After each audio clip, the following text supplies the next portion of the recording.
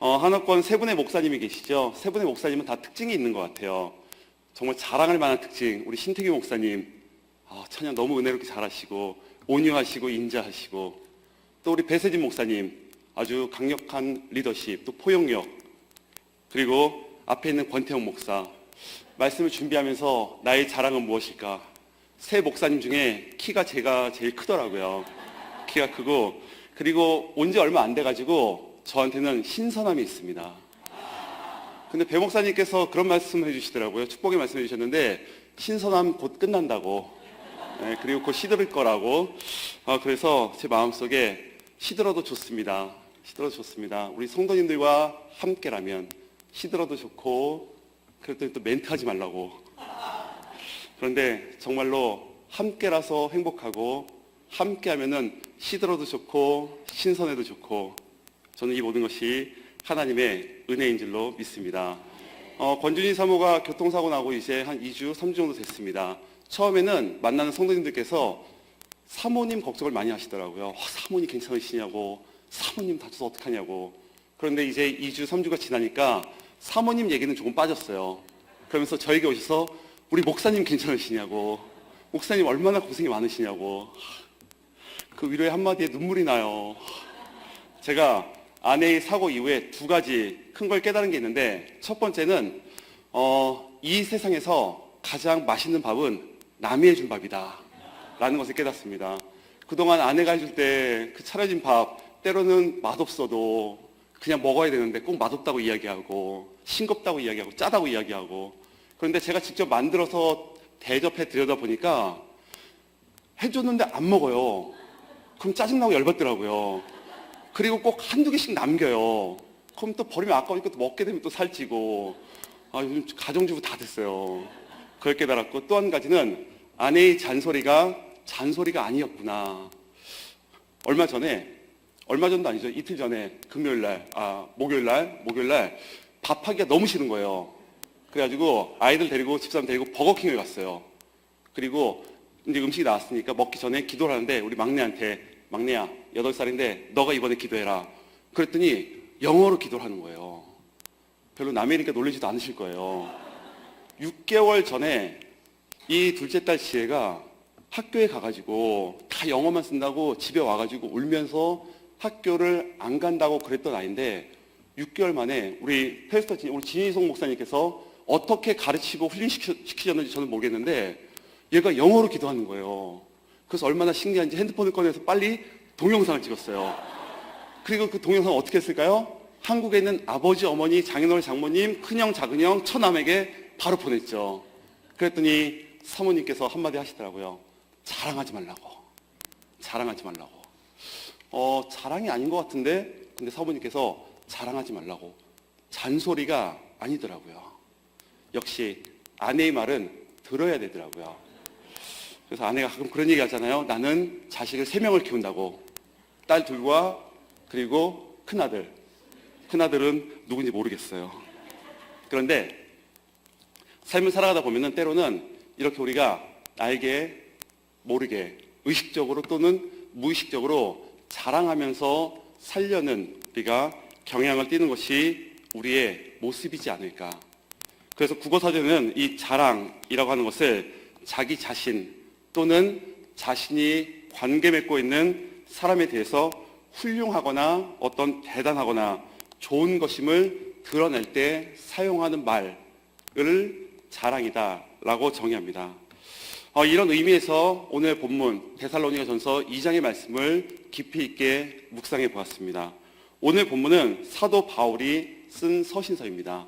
사도 바울이 데살로니가 교회에 있는 성도들을 향하여서 쓴 편지이죠. 말씀을 묵상하면서 그런 마음이 들었어요. 사도 바울이 누구인가? 난세의 영웅 아닙니까? 기독교 역사에서 사도 바울을 빼고는 이야기가 안 될 정도로 사도 바울은 자랑할 것이 너무나도 많이 있었죠. 아주 대단한 가문, 저희 권태용 목사의 가문과도 비교해서 조금도 빠지지 않는 가문의 사람이었고요. 그리고 이스라엘 초대 왕이었던 그 사울의 베냐민 지파 사람이었고, 가말리엘에서 아주 훌륭한 교육을 받았고요. 그리고 가진 것을 모두 누리면서 충만하게 살았던, 무엇보다 로마의 시민권도 있었던 사람이 누구였다? 사도 바울이었다. 모든 것이 자랑거리잖아요. 제가 지금 청년부를 담당하고 있는데 청년들 안에서 많은 기도 제목이 있는데 그 중에 한 가지가 이 시민권 문제예요. 신분 문제. 많은 친구들이 이 신분 때문에, 그래서 이렇게 소그룹 모임 혹은 이렇게 모여가지고 이야기할 때 같이 기도 제목 나누는데 나는 신분 문제 때문에 이렇게 기도한다 라고 얘기하면은 어떤 친구는 난 시민권 있는데, 있으니까 좋은데 문제는 뭐죠? 한쪽에서는 본인은 그것이 아닌데 자랑이 될 수 있고, 반대로 한쪽에서는 있는 그 친구를 부러워하고 때로는 자기 현실을 바라보면서 낮은 자존감에 빠질 때도 있다라는 것이죠. 그런데 우리 이 시대에 살아가는 우리가 이 정도인데 하물며 그 당시에 로마의 시민권이 있었던 사도 바울, 그의 마음이 어떠했을까? 모든 것을 소유하고 모든 것을 누릴 수 있었던 이 사도 바울이 주님을 만나게 되고, 그리고 무엇을 자랑하는가? 그것이 19절, 20절 말씀인데요. 우리 19절 말씀, 우리 천천히 한 목소리로 우리 화면을 보면서 같이 한번 읽어보겠습니다. 시작.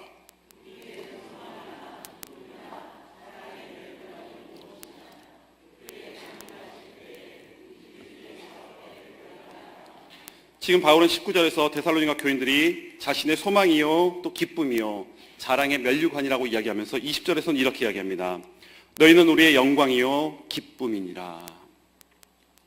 바울이 주 예수 그리스도의 이름으로 복음을 전하는 이유, 그리고 삶의 목적이기도 했습니다. 바울은 고린도후서 11장 23절 이하에서 무엇을 자랑하는가?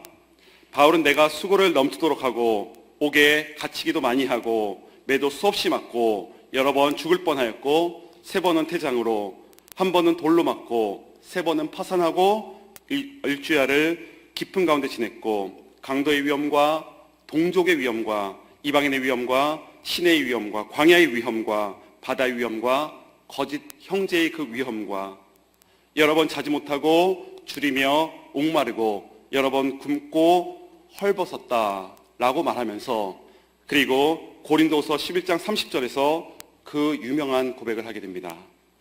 내가 부득불 자랑할진대 무엇을 자랑한다고요? 나의 약한 것을 자랑하니라. 바울의 자랑거리는 그의 약함이었습니다.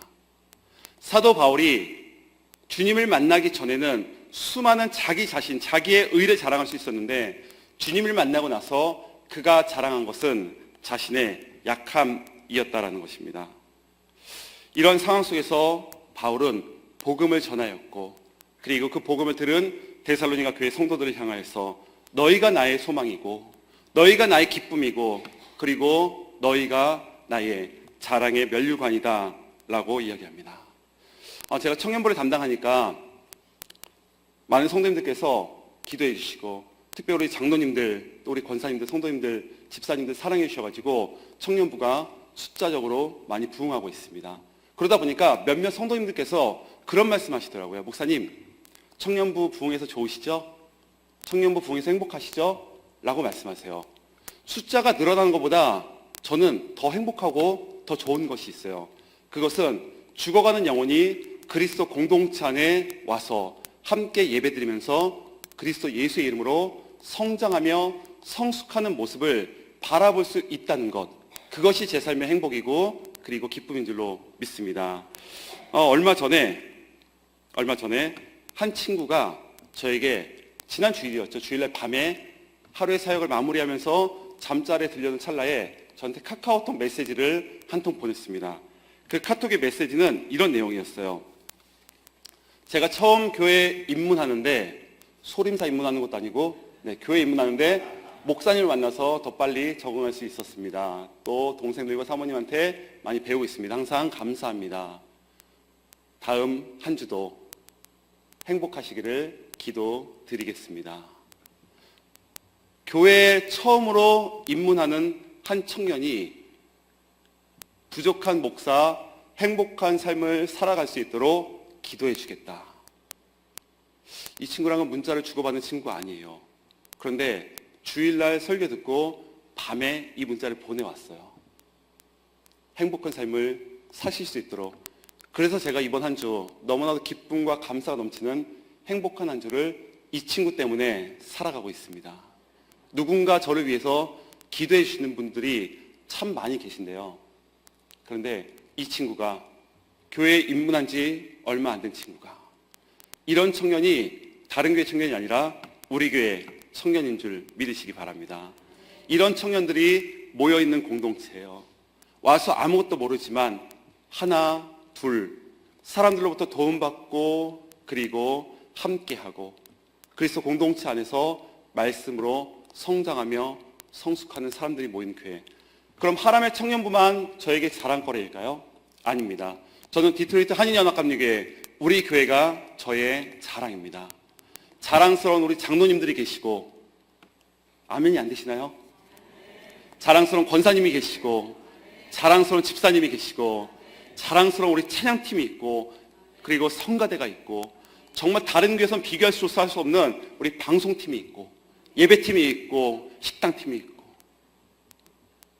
자랑스러운 반주자가 있고, 자랑스러운 지휘자가 있고, 모든 것이 자랑거리로 넘치는 교회, 그 교회가 디트로이트 한인연합 감리교회인 줄로 저는 믿습니다. 무엇보다 가장 자랑스러운 것은 12명의 기도하는 교구장님들, 교구를 위해서 깨어 기도하고 부흥의 선봉에서 눈물로 부르짖으며 사랑으로 돌보는 우리 교구장님들, 그분들이 우리 교회의 자랑이고요. 또 무엇이 우리 교회의 자랑일까요? 앞에 있는 권태형 목사가 있다는 것, 그리고 81개의 교회 안에 작은 교회 속회가 있다는 것, 너무나도 많은 자랑거리가 모인 공동체가 우리 교회입니다. 그런데 사도 바울이 자랑한 것은 자신의 약함을 자랑했어요. 그 약함을 통해서 복음을 전하였고, 복음을 들은 데살로니가 교회 성도들이 바뀌고 변화되는 모습을 보았고, 그들을 바라볼 때에, 사도 바울이 그 교회 성도들을 바라볼 때에 그것이 나의 소망이고 기쁨이고 자랑의 면류관이고 하나님의 영광이었다라고 말을 합니다. 그렇다면 어떻게 이 데살로니가 교회 성도들이 사도 바울에게 있어서 자랑거리가 되었는가? 바꿔 이야기하면 도대체 이 성도들이 어떻게 그렇게 자랑스러운 삶을 살 수 있었는가? 그것은 오늘 본문 13절에 나옵니다. 우리 13절 말씀 우리 다시 한번 우리 화면 보고 같이 한번 읽어보겠습니다. 시작.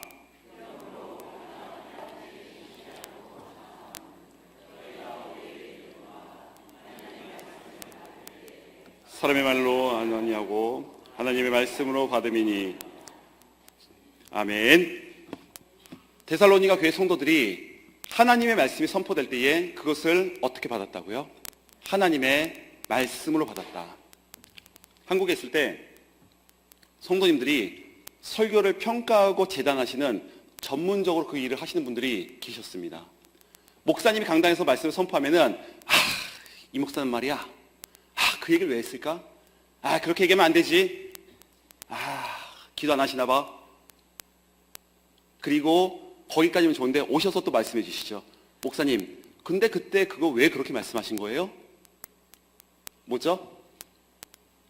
하나님의 말씀을 자신의 생각으로 받아들이고, 그러다 보니까 강단에서 선포되는 하나님의 말씀이 자신의 생각과 맞아 떨어질 때 그것을 가리켜서 뭐라 하죠? 은혜다 라고 이야기하고, 그리고 자신의 삶과 생각과 맞아 떨어지지 않는 말씀을 전하면은 목사님이 또 의도를 가지고 저 말씀을 하신다 라고 판단하고 정죄하고 비판하고. 그런데 이 데살로니가 교회 성도들 믿음에 대해서 잘 몰랐었고요. 그리고 아는 지식도 없었는데, 그런데 한 가지 이들에게 있었던 것은 믿음의 순수함이 이들 가운데 있었다라는 것입니다. 하나님의 말씀을 사도 바울의 말이 아닌 하나님의 말씀 그대로 받아들이고 어떤 도덕적인 윤리적인 좋은 말씀이 아니라 살아계신 하나님의 말씀, 그 말씀이 나를 붙들고 그 말씀이 나와 함께하고 그 말씀의 나의 삶을 바꾸고 변화시킨다는 그러한 믿음과 확신이 누구에게 있었다? 이들 가운데 있었다라는 것입니다. 우리도 그러지 않습니까? 하나님의 말씀을 하나님의 말씀대로 우리는 듣고 묵상하고 삶에 적용하고, 아멘이신가요? 하나님의 말씀을 하나님의 말씀대로. 그런데 어제 본문이었죠. 데살로니가 1장 6절 말씀에 보니까 이들이 어떤 경우에서 말씀을 받았는가? 많은 환난 가운데 하나님의 말씀을 받았다라고 이야기합니다. 하나님의 말씀을 받았는데 어떤 상황 속에서 힘들고 어렵고 핍박과 고난과 수많은 문제와 아픔과 어려움과 절망과 좌절과 눈물 흘리는 그 자리에서 무엇을 받았다? 하나님의 말씀을 받았다. 우리도 그렇잖아요. 데살로니가 교인보다 우리가 더 많은 문제가 있으면 있었지, 그러지 않습니까? 더 많은 힘듦과 아픔과 어려움이 동시다발적으로 2개, 3개, 4개, 5개 더 많이 있어요. 이 새벽에 기도할 수밖에 없는 기도의 제목이 우리에게 있고요. 그 기도의 제목만 생각하면 답답하고, 그런데 그 가운데 하나님의 말씀이 임하였다. 14절 말씀에 보니까 이런 말씀이 있습니다. 14절 말씀에 형제들아 너희가 그리스도 예수 안에서 유대에 있는 하나님의 교회들을 본받는 자가 되었으니 저희가 유대인들에게 고난을 받음과 같이 너희도 너희 나라 사람들에게 동일한 것을 받았느니라. 지금 이들이 고난받았던 그 이유에 대해서 이야기하고 있어요. 그리고 너희는 고난을 받을 것이다.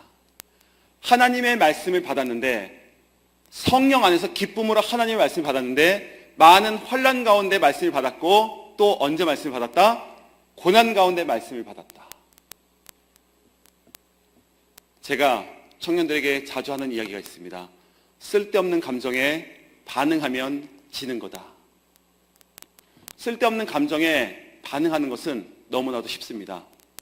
주변에 내가 사랑하는 사람이 나에게 던진 말 한마디 때문에 상처받고, 미국 와서 어느 성도님이 교회를 안 나오셔가지고 물어보니까 속회에서 상처받아서 시험 들어서 교회 안 나온다고. 이해가 잘 안 됐어요. 속회는 뭐죠? 교회 안에 작은 교회 아닙니까? 교회에서 선포되는 건 하나님의 말씀 아닌가요? 하나님의 말씀이 선포되는 그리스도의 공동체, 작은 교회 안에서 상처받을 일이 뭐가 있을까요? 시험 들 일이 뭐가 있을까요?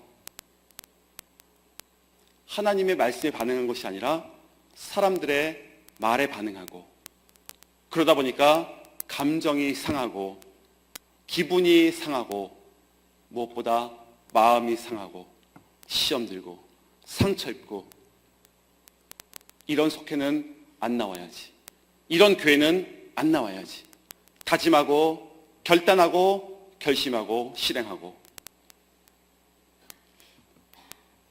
하나님의 말씀이 떠나 있을 때 우리는 상처를 받습니다. 하나님의 말씀을 멀리 할 때에 우리는 상처를 줍니다. 우리가 자녀들을 다 사랑합니다. 다 사랑해요. 그런데 자녀에게 상처를 줄 때가 있나요, 없나요? 저만 있나 보네요. 또 내가 사랑하는 사람, 굉장히 멀리 있는 사람 말고 가까이 있는 사람, 그 사람으로부터 상처를 받을 때도 있어요. 왜 그렇죠? 하나님의 말씀으로, 하나님의 마음으로, 그리스도 십자가의 사랑으로 그것을 듣는 것이 아니라 나의 의와 나의 생각과 나의 마음으로 그 이야기를 듣기 때문에, 저는 하나님의 말씀으로 그리고 그리스도의 사랑으로 모든 말을 들을 수 있는 은혜가 있기를 그리스도 예수의 이름으로 간절히 축원합니다. 학자의 혀와 학자의 귀가 이 새벽에 기도하는 우리 성도님들 가운데 있게 되기를 다시 한번 간절히 축원합니다.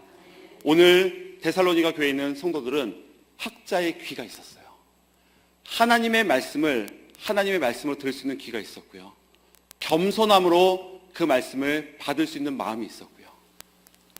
그리고 무엇보다 어떠한 환경과 상황과 문제 앞에서도 그것이 고난이라 할지라도 환난이다 할지라도 넘어지지 않고 포기하지 않고 끝까지 버티고 끝까지 견디고 끝까지 이겨낼 수 있었던 믿음. 저는 이 믿음이 우리 모두에게 있게 되기를 다시 한번 간절히 축원합니다. 우리 디트로이트 한인연합합리교회가 이 전미 한인교회에서 자랑이 되는 이유는 성도가 많이 모이기 때문이 아니에요. 건물이 크기 때문도 아니에요.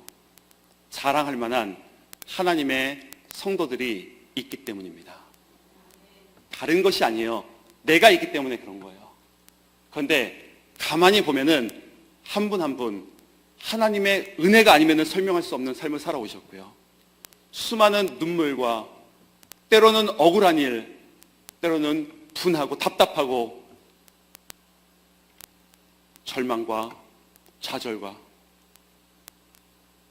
한숨과 숨통을 조여오는 수많은 문제들 고비고비 넘겨서 이 고비 넘어가면 끝난 줄 알았는데 더 큰 고비가 내 앞에 있고 그러한 삶의 연속을 살아오신 분들만 이 자리에 모여있는 줄로 저는 믿습니다.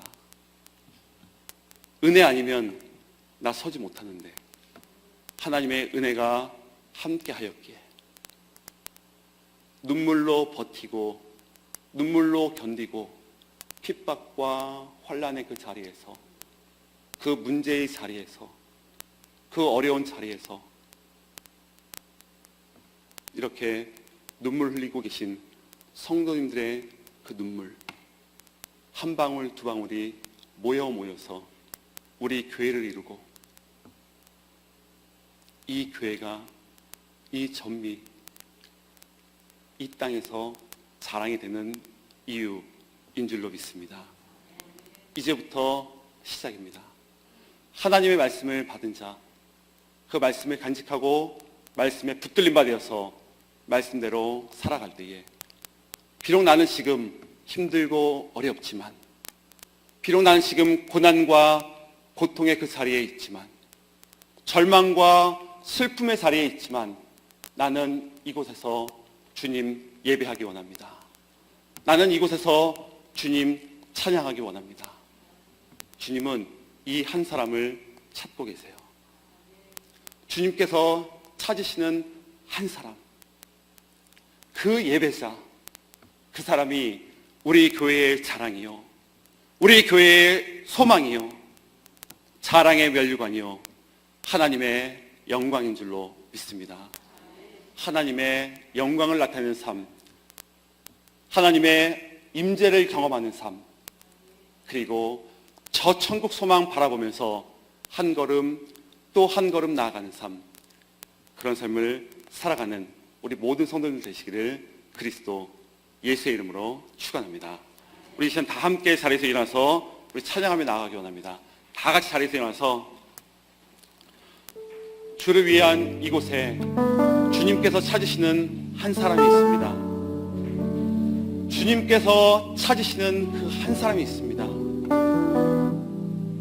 이 땅에 소망이 되며 기쁨이 되고 면류관이 되고 하나님의 영광을 나타내는 그 한 사람, 그 예배자, 그 사람이 우리 성도님들 되시기를 간절히 소원합니다. 함께 찬양하며 나가겠습니다. 주를 위한